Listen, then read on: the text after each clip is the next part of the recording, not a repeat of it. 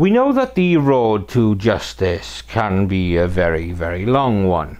And quite often it's because technology has allowed evidence to be looked at in a way that wasn't possible previously. But sometimes it just takes a while for people to show their true colours. When a man went missing on a hunting trip, it seemed like a genuine case of misadventure, a tragic accident with an equally tragic outcome. But it would be almost 20 years until justice was served, and this was mainly thanks to the tireless efforts of the victim's mother, who never believed the initial narrative. This is the tragic death of Mike Williams, and this is Murderers Row.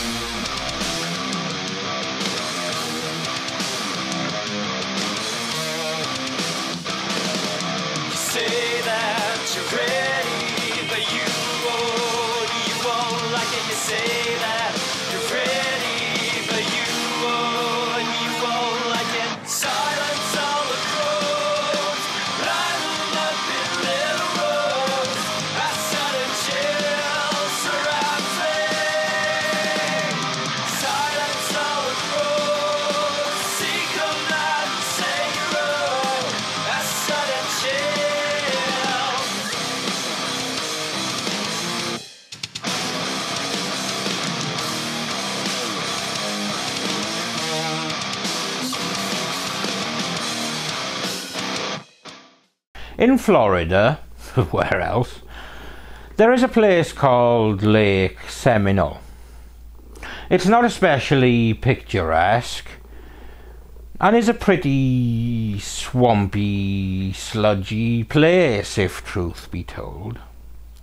It's not especially a tourist destination and is considered by some to actually be quite dangerous, as alligators have been known to make their homes in this rather desolate location. But it does have one particular attraction for a certain group of people. It seems that it is quite the location of choice for duck hunters, and the US, and Florida in particular, has plenty of those. Mike Williams loved duck hunting. I mean, he really loved duck hunting. In the year 2000, Mike Williams was a real estate appraiser and was good at his job. He married his wife Denise in 1994, and by 2000 he was 31, and Mike and Denise were approaching their 6th wedding anniversary. It seemed that Mike had 3 loves in his life. He loved his job, where he would work 16-hour days and turn up just as energized every time the day after. He adored his family. He loved Denise and his daughter, who was born in 1999. He was so devoted to Denise, and I don't like to use the phrase doormat, but he would leave work to pump petrol for her. Yep, you heard that right. She strangely didn't know how to do this simple task, so Mike would leave his office, go to pump the petrol for her, and then go back to work. and he loved duck hunting. So that's why on December the 16th, 2000, which just so happened to be Denise and Mike's wedding anniversary, he rose before dawn to head across to Lake Seminole for a spot of duck hunting. He told Denise that he would be back around midday so they could celebrate their anniversary later. But as the afternoon was moving towards evening and Mike still wasn't home, Denise got very worried and started calling around to try to find out where he was. When she had no luck through doing this, she called the authorities, and within hours a major search operation was launched. Authorities very quickly found his boat and his truck, but there was no sign of the man himself, so the search continued and continued and continued. When there was still no sign of Mike after 44 days, the search was called off. After he had been missing for 6 months, a fisherman found his waders, hunting license, jacket and torch were found at Lake Seminole. I don't know how authorities missed it the first time around, but it was found after 6 months. And the only logical conclusion that people were coming to by this time was that there must have been an accident and Mike must have been eaten by an alligator. But the lack of proof made people uncomfortable. And those with knowledge of alligators were especially so, since alligators rarely, if ever, eat a person whole, leaving no evidence or body parts behind, and alligators generally do not feed in the cold winter months. But in the absence of anything else, it was all people had to ruminate on. But there was one person who refused to accept this, and was willing and able to take action. Cheryl Williams was Mike's mother, and she strongly felt that there was something else at play here. Cheryl never believed her son was eaten by alligators or died by accident. Her mother's intuition told her that something bad had happened, and she was determined not to give up until someone took her seriously. She compiled 27 pages of notes and evidence and wrote to the governor of Florida every single day for 9 years. She contacted wildlife experts who told her that alligators do not feed in cold winter months, which backed up what she was already feeling. She refused to give up when so many others already had. She eventually filled 27 pages with lots of unanswered questions, like what made the waders float to the surface after over 6 months underwater. Her notes ended with a plea to anyone who would listen. Please help me find my son.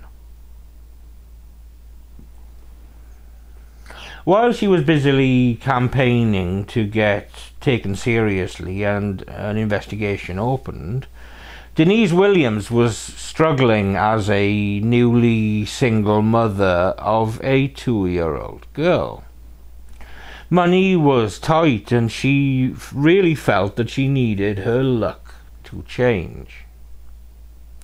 Now, Mike had several life insurance policies totaling around $1.75 million, which is over $3 million today. But given that Mike was classed as missing and had not been declared dead, the insurance companies would not pay out. And according to the law, somebody would have to be missing for 5 years until they could be legally declared dead. But Denise's attorney argued to a judge that the waders, the vest and the hunting license were proof enough that Williams was dead. The judge agreed and duly issued a death certificate, where cause of death was stated as accidental drowning while duck hunting on Lake Seminole, body not yet recovered.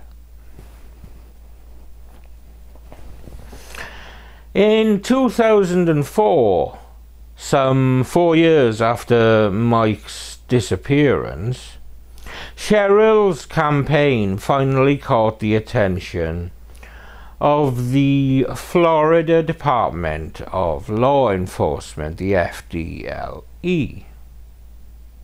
Investigators met with her and then launched a multi-agency investigation.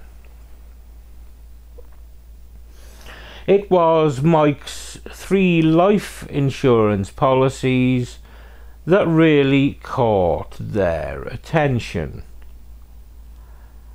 Particularly the last one he bought not long before he disappeared, which on its own was worth $1 million. It was bought from an insurance agent that was already very, very well known to Mike and Denise. Brian Winchester was that insurance agent. He had been Mike's best friend since high school, where, like Mike, he met his future wife, Kathy Aldredge, and from then on, the two couples were inseparable. But it wasn't just the insurance policies that drew attention. There were other things that seemed a little bit off.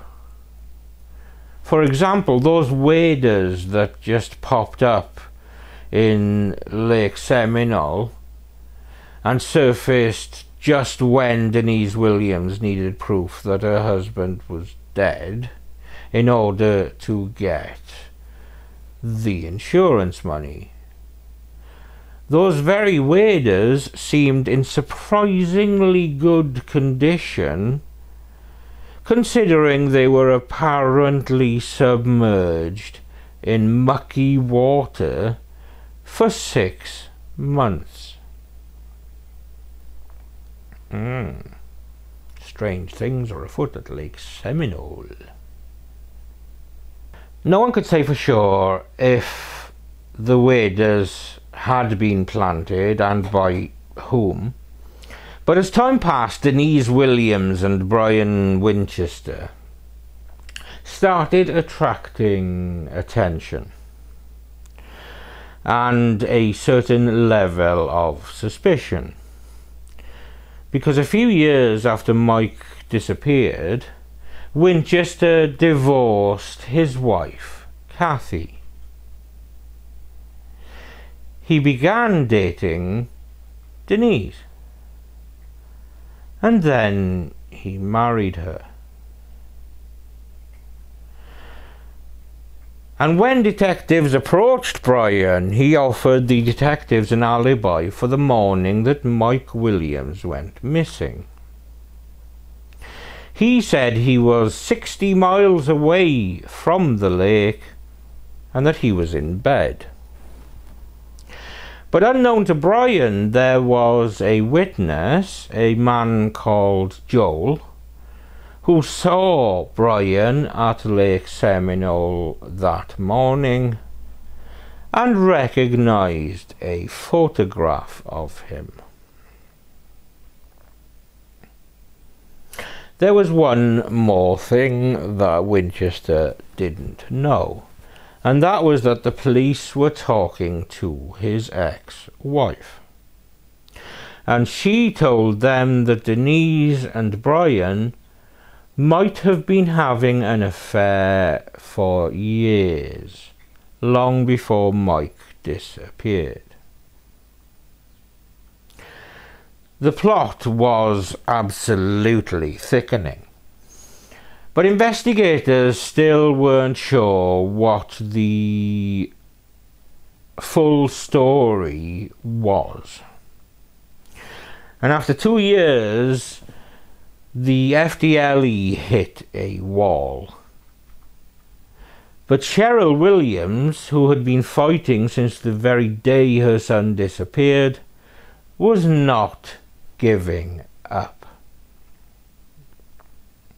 She took to picketing and demonstrating in the street to make sure that people could not forget what had happened to Mike. She just refused to go away. By this time, the governor had been sent at least 1,472 letters by Cheryl. But having suspicions was one thing. The authorities needed evidence, and there was none of note. If Brian and Denise knew anything about Mike's disappearance, they weren't talking, and no one could make them, because by Florida law, as long as they stayed married, neither one could be forced to testify against the other. But thankfully for Cheryl, Brian and Denise's marriage was crumbling.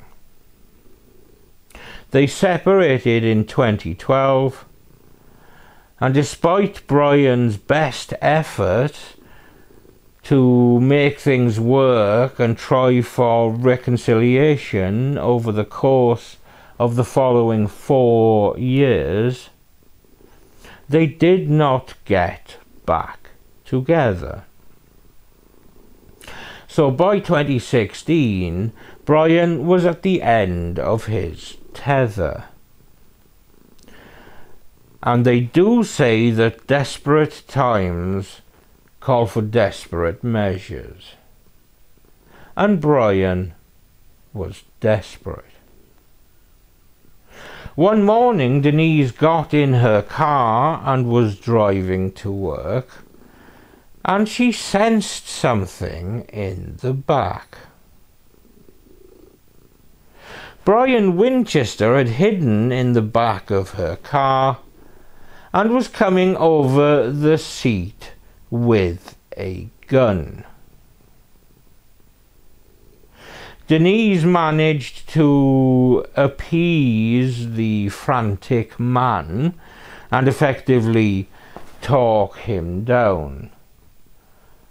But terrified, she immediately reported Brian to the police. Brian Winchester was soon arrested and charged with the kidnapping and aggravated assault of his wife. Police quickly realised that the rift in Denise and Brian's marriage could actually be seen as an opportunity. Divide and conquer and all that. A tag team of detectives arrived to see what they could get out of Denise, to see if she would now flip on her husband given the turmoil between them, and whether she would talk about his involvement in Mike Williams' disappearance. But Denise did not budge. Even bringing in Special Agent Mike Devaney, who knew the case inside out and had been working the case for years, and putting all the pressure on with all the details, she still said nothing relating to Mike's case. And that left Brian as the only possible source of information in the Williams case. He was facing a long stretch in prison for the kidnapping in and of itself. But there was no word about what, if anything, he would say regarding Mike's disappearance. 16 months later, Brian pleaded guilty to kidnapping and assaulting Denise, and appeared in court for his sentencing, where Denise laid it on incredibly thick and played the victim incredibly well. For kidnapping Denise, Brian was sentenced to 20 years behind bars. Just one day after Brian Winchester was sentenced for kidnapping Denise Williams, the Florida Department of Law Enforcement held a news conference. And it was pretty big news. This conference began with the words, "Standing here now, I can tell you that we know what happened to Mike Williams. He was murdered." And they knew that because sometime before he was sentenced for the kidnapping of his wife, Brian Winchester had cracked and confessed in a series of audio recordings, and these included Brian saying, "I went and met Mike at a gas station. I followed him to the lake. We launched the boat. It was just like a hunting trip was supposed to be. I got him to stand up and I pushed him into the water. And he was in a panic, obviously. I was in a panic. I didn't know what to do. And I ended up shooting him." Winchester had cut a deal with prosecutors, and in exchange for his confession, he would not be charged with murder, even though he admitted killing his best friend. It was just like a hunting trip. was supposed to be. The plan that was discussed and come up with was that he was going to be wearing waders, and the belief was somebody falls in the water with waders, you're going down. So we went out like we were going hunting. We got to the area where his waders and jacket were found. I got him to stand up and I pushed him into the water. He got his jacket off and his waders off. And he was in a panic, obviously. I was in a panic. I was driving the boat, and I didn't know what to do. And I ended up shooting him.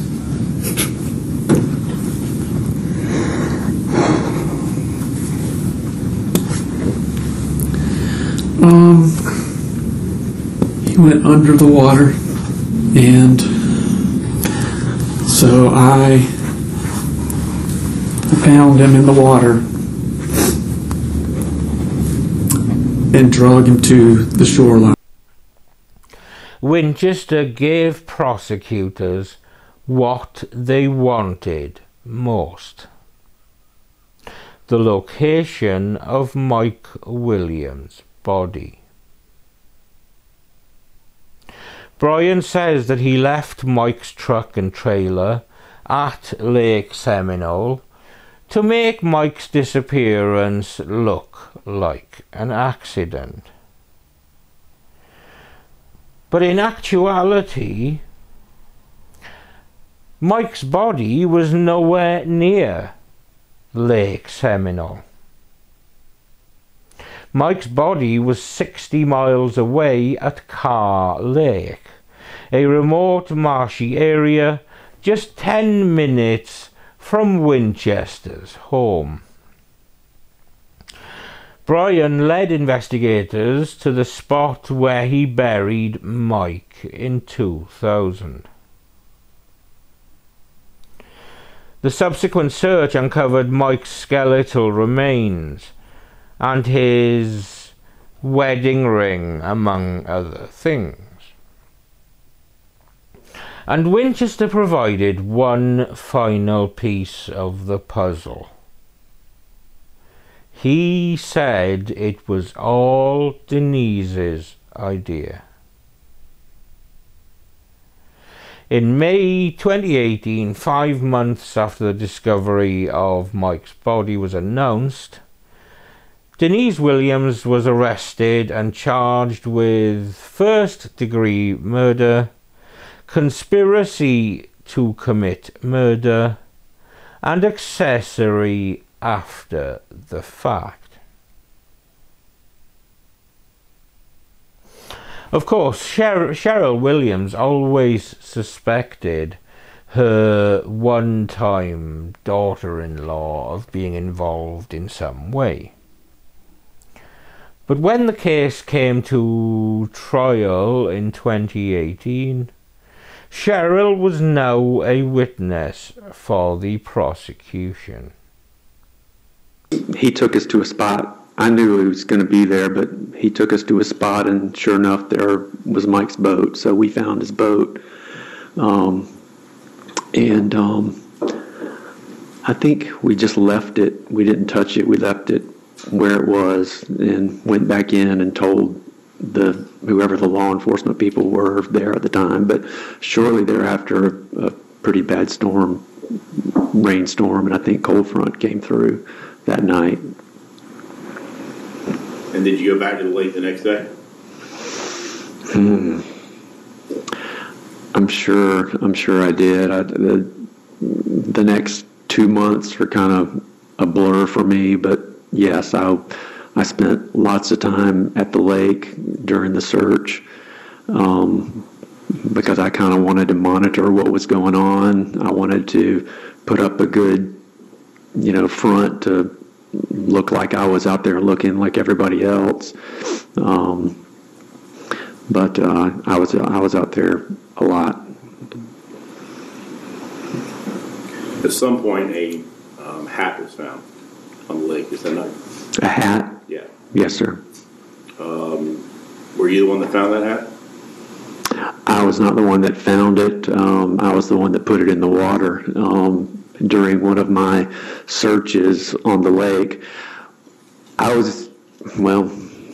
Denise and I were getting concerned that nothing else was being found out there.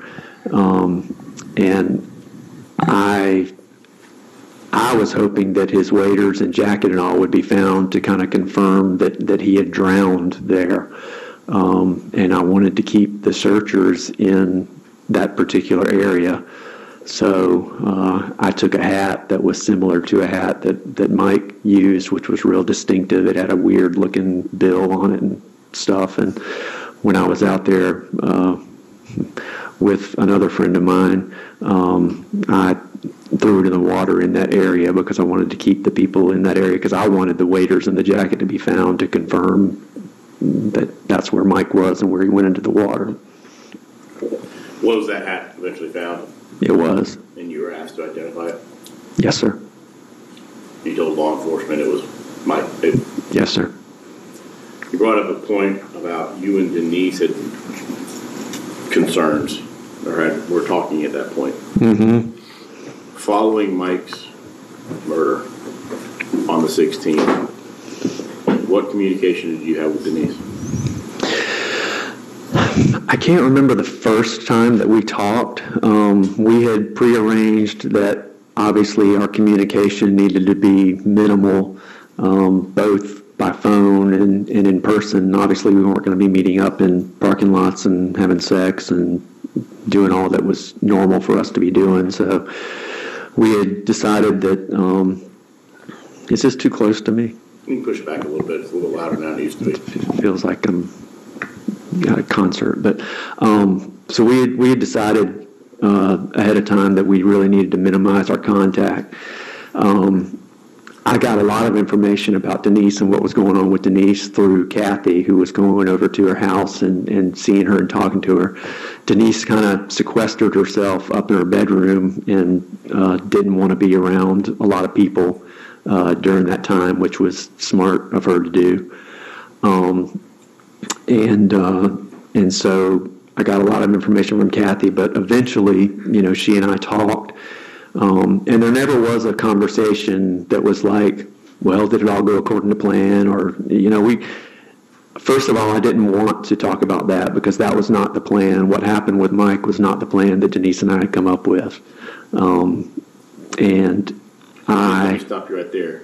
I want to make it clear. The plan didn't play out the way you wanted to, but was it the plan that you and Denise had discussed to actually have him killed? The plan was for his death to occur, but it was not for it to occur in the way that it did. I mean, the plan was for him to fall in the water and for him to have a chance to survive it.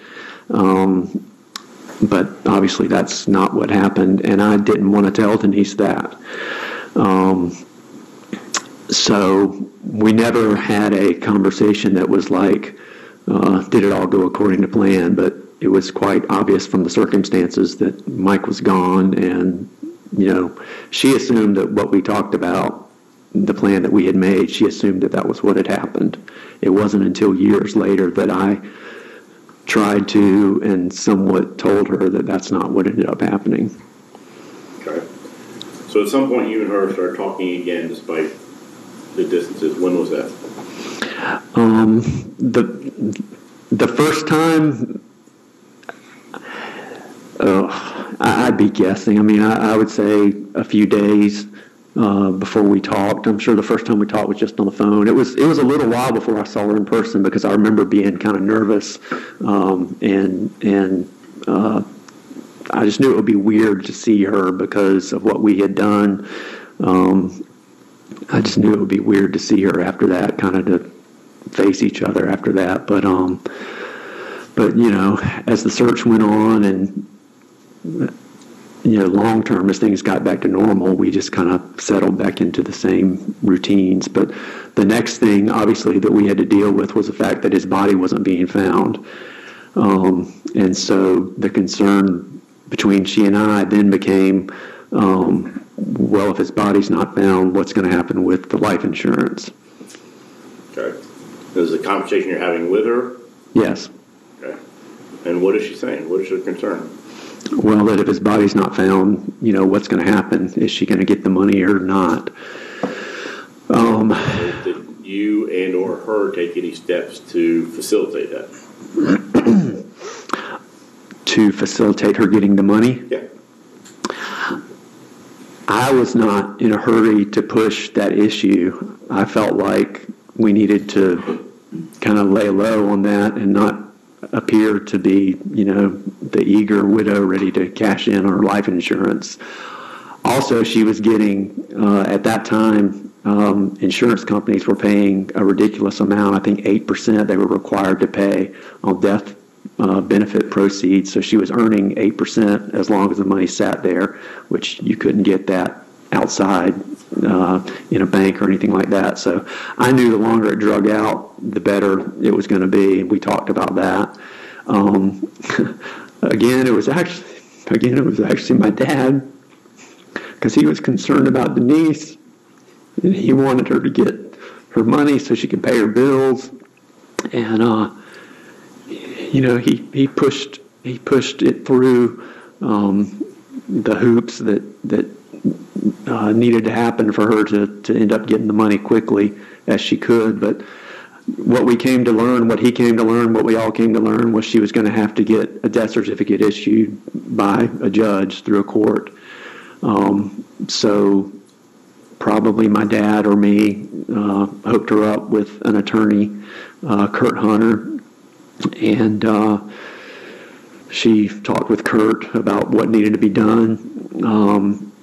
And I think basically she had to file a petition with the court stating everything that happened, talking about what a wonderful marriage she had with Mike. There was no reason for him to run off on her. I can't remember what all had to go in the petition, but we talked about that ahead of time. And she ended up filing a petition, and it was granted, and she was issued a death certificate, so she was able to get the money. After 3 days of testimony, both sides rested.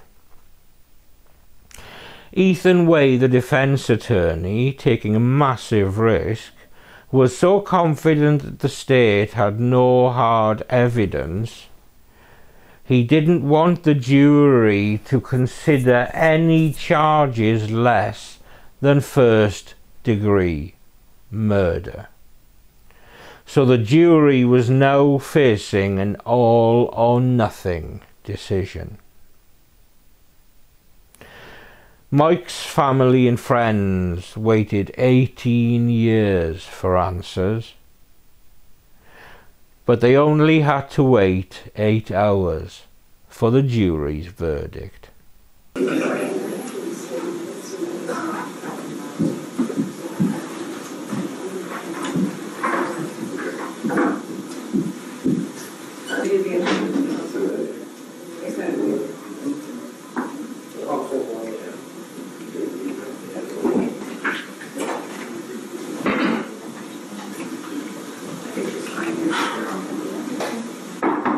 All rise, court is back in session.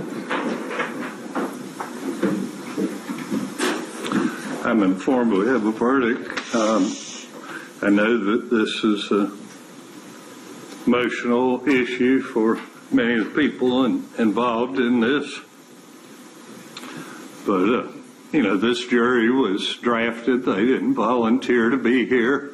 I know they've worked hard and done the best they can. I'd be very offended if anyone were to react in front of the jury.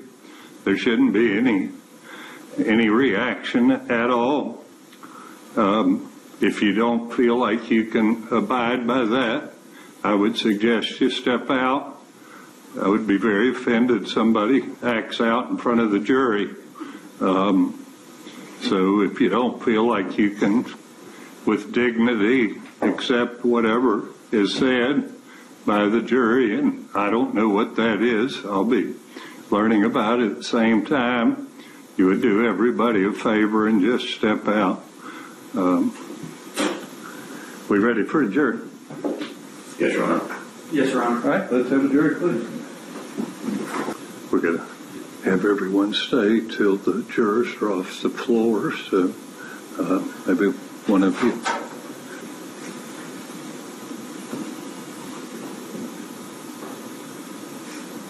All right, everybody be seated, please. Miss Idlet, I see you with the papers in your hand. Are you a foreperson? Has the jury arrived at a verdict?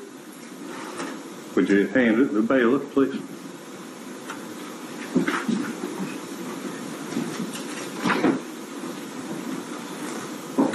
State of Florida versus Denise Williams, we the jury find as follows: as to count one of the indictment, the defendant is guilty of conspiracy to commit first-degree murder.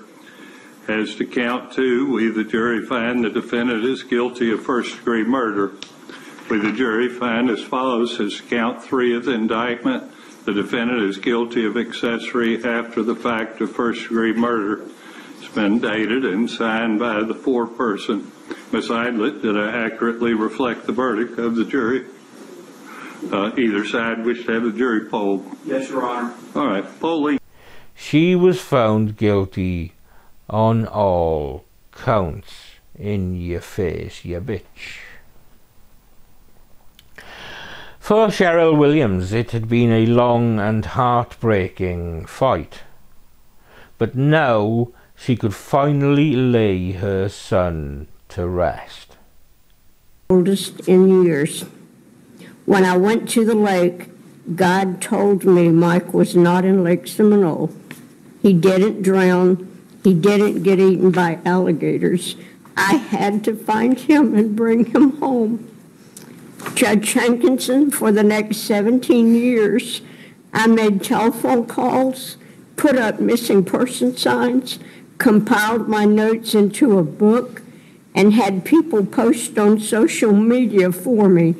With the help of friends, we raised money and put up billboards. I bought ads in the Tallahassee Democrat and worked with the Twin City News, asking everyone to help me find Mike. I stood on street corners waving my picket signs with pictures of Mike on them. I was cussed out by ministers for being too close to their church. I wrote 2,600 letters to the governor of Florida asking for help in finding my son. I begged Fish and Game to do a criminal investigation. They told me Mike drowned and got eaten by alligators, and there was no need for an investigation. They laughed at me and called me crazy. 9 months after Mike disappeared, his wife, Denise, told me if I continued to seek a criminal investigation, I would lose Ansley, my granddaughter, Mike's only child. Denise might as well have waved a red flag in front of a bull. I knew that she knew where Mike was or what happened to him. Judge Hankinson, I am a fighter, not a victim. I love Ansley, but Mike was my son. I became even more determined to find the truth. If I had not done what I did for 17 years, Mike's disappearance would have never been solved.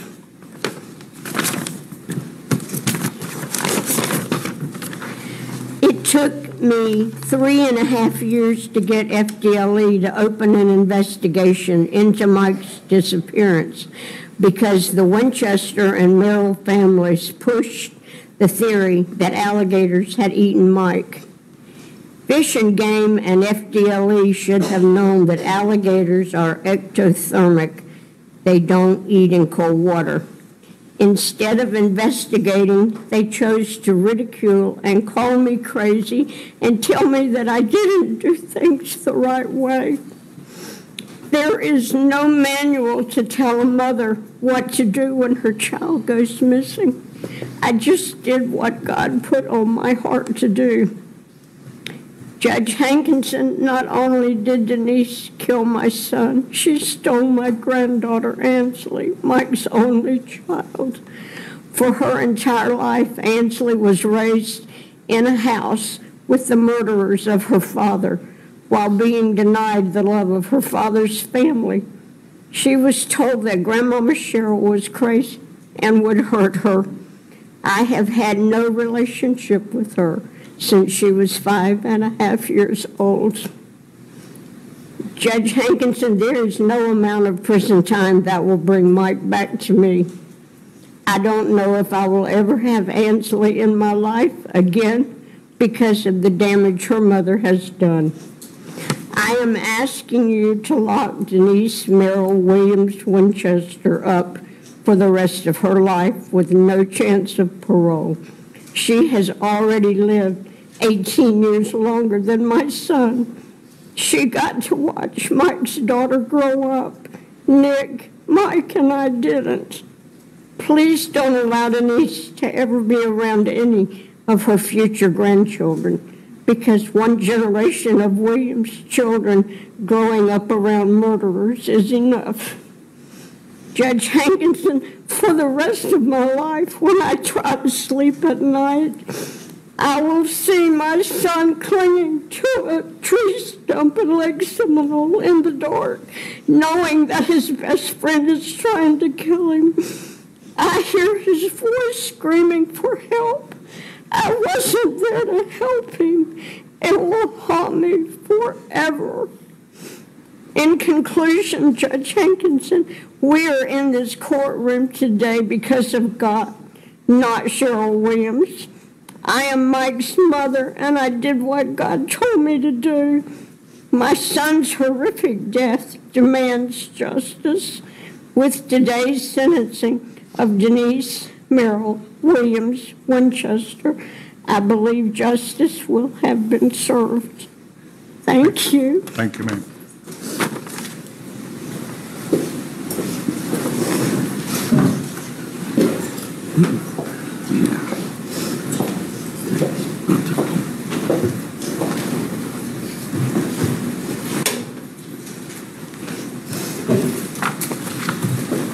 Further, Mr. Fuchs? No, Your Honor. As the court has mentioned, there's not a whole lot of discretion with the court. The state concurs with the recommendation of the PSI, which is that Ms. Williams be sentenced to life imprisonment on count number 2 and 30 years in the Department of Corrections on count number 1. And we would stand by. We would agree with that recommendation, Your Honor. Okay. Come forward with your client, please, Mr. White. Your Honor, the only outstanding is there was a substantial amount of cost of this investigation. We would like to reserve as to the amount of cost of any restitution as it relates to the cost of the investigation. This has been discussed with Mr. Way previously. Okay. All right.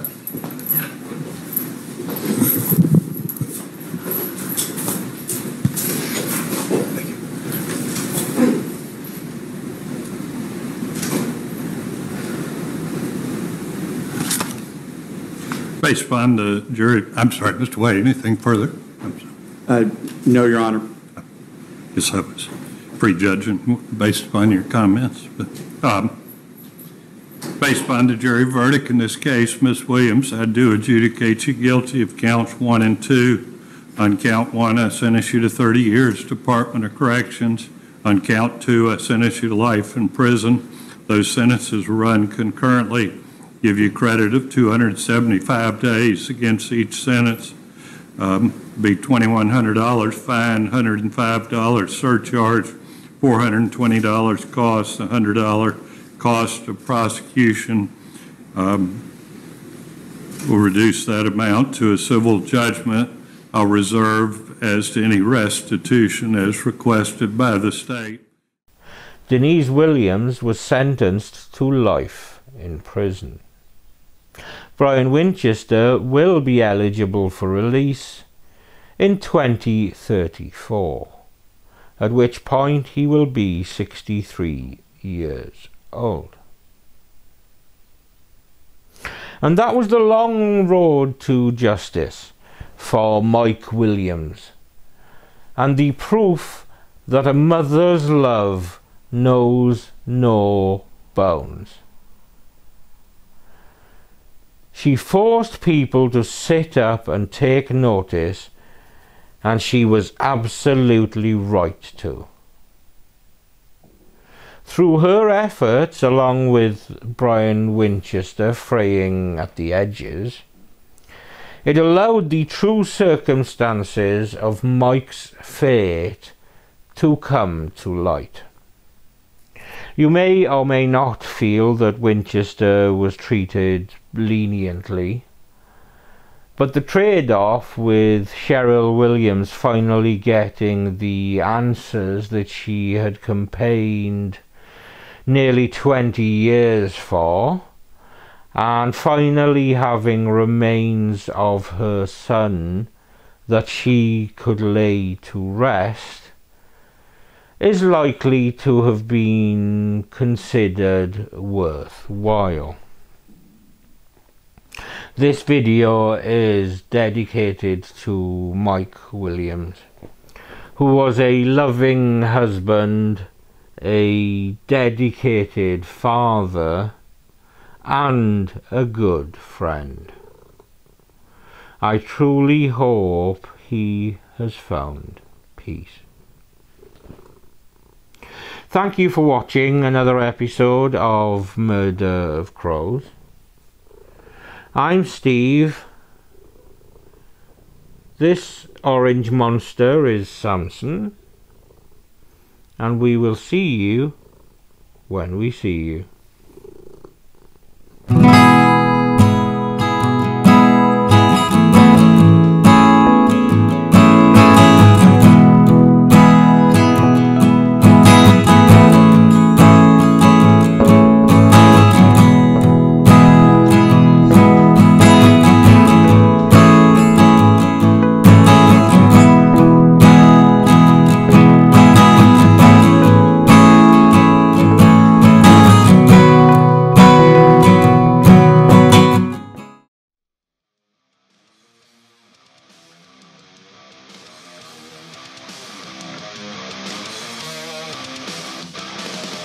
Say that you're ready, but you won't like it, you say